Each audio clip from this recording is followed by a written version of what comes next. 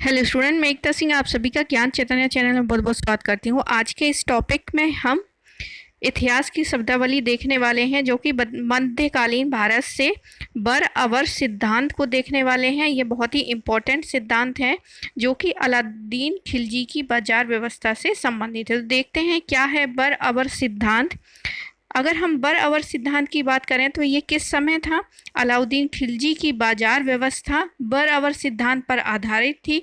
यानी कि अलाउद्दीन खिलजी की जो भी बाजार नियंत्रण व्यवस्था थी वो बर अवर सिद्धांत पर आधारित थी। अब ये बर अवर सिद्धांत का तात्पर्य क्या है? तो इसका तात्पर्य होता था प्रगतिशील उत्पादन लागत सिद्धांत। यानी बर अवर का तात्पर्य हो गया प्रगतिशील उत्पादन लागत सिद्धांत। अब इसके 7 नियम थे। कौन कौन से यहाँ पर हम देखेंगे, पूरे सातों के 7 नियम यहाँ पर देखने वाले हैं। तो सबसे पहले जो नियम है, इस नियम के तहत क्या है, सभी वस्तुओं की जो दाम है वो निर्धारित की जाएगी, चाहे वो चीनी हो, गुड़ हो, अनाज हो, चावल हो, कुछ भी हो, कपड़ा हो, कुछ भी, सभी का क्या होगा, दाम निर्धारित किया जाएगा। मतलब कितने रुपए को इसको बेचना है ये सारा निर्धारित किया जाएगा सबसे पहले। दूसरा नंबर यहाँ पर नियम है मलिक काबुल उगल खानी। मलिक कबूल उलुग खानी को गल्ला मंडी का नियंत्रण यानी शहना, मतलब इसके तहत एक शहना होना चाहिए जो कि इस सब को नियंत्रण कर सके। यानी गल्ला मंडी का एक नियंत्रण होना चाहिए जो कि अलाउद्दीन खिलजी ने किसको बना रखा था? मलिक कबूल उगुल खानी को। तीसरा यहाँ पर नियम है सरकारी गोदामों में गल्ले को एकत्रित करना। तो जब गोदामों में गल्ला एकत्रित होगा फिर उसके बाद क्या है, उनको बेचा जाएगा। तो यहाँ पर क्या है, गल्ले को एकत्रित करना। गल्ले का परिवहन करने वाले मलिक कबूल के नियंत्रण में। अब ये जो गल्ले का परिवहन है वो किसके नियंत्रण में होगा? गल्ला मंडी के नियंत्रक मलिक कबूल के नियंत्रण में होना चाहिए। 5th नियम है खोरी निषेध होना चाहिए। यहाँ पर किसी भी प्रकार की मुनाफाखोरी नहीं होना चाहिए।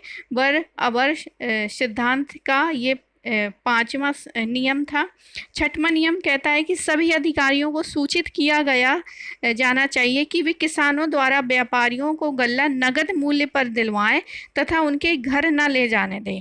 मतलब ये हुआ कि सभी अधिकारियों को ये सूचित, मतलब जानकारी होनी चाहिए कि किसानों जो हैं, किसानों द्वारा, मतलब जो व्यापारी गल्ला ले रहे हैं किसानों से, वो घर न ले जाकर सीधे के सीधे कहाँ पर लेकर आए, जहाँ पर गल्ला एकत्रित हो रहे हैं। यानी कि सरकारी गोदामों में वो सीधे जाकर क्या है, एकत्र कर दें। अगर घर ले जाएंगे तो फिर घर पर भी वो स्टोर करके रखेंगे। तो ये सारी सूचना होनी चाहिए अधिकारियों को, सभी अधिकारियों को। और यहाँ पर जो 7वां नियम है वो ये कहता है कि सुल्तान को गल्ला मंडी की दैनिक रिपोर्ट यानी कि शहना ए मंडी बरीद और मुनही के माध्यम से होना चाहिए। तो यहाँ पर क्या है, जो भी दैनिक गतिविधियाँ होती हैं शहना ए मंडी की, तो बरीद और मुनही के माध्यम से क्या है, सुल्तान के पास जो है सारी सूचना पहुँच जानी चाहिए। तो बर अवर सिद्धांत यही था जो कि अलाउद्दीन खिलजी के समय बाजार व्यवस्था इसी बर अवर सिद्धांत पर लागू की गई थी। तो आई होप आपको ये जो शब्दावली है बर अवर सिद्धांत समझ में आया होगा। आया तो प्लीज़ लाइक करें, सब्सक्राइब करें। मिलते हैं एक अगले वीडियो में, जब तक के लिए आप सभी का बहुत बहुत धन्यवाद।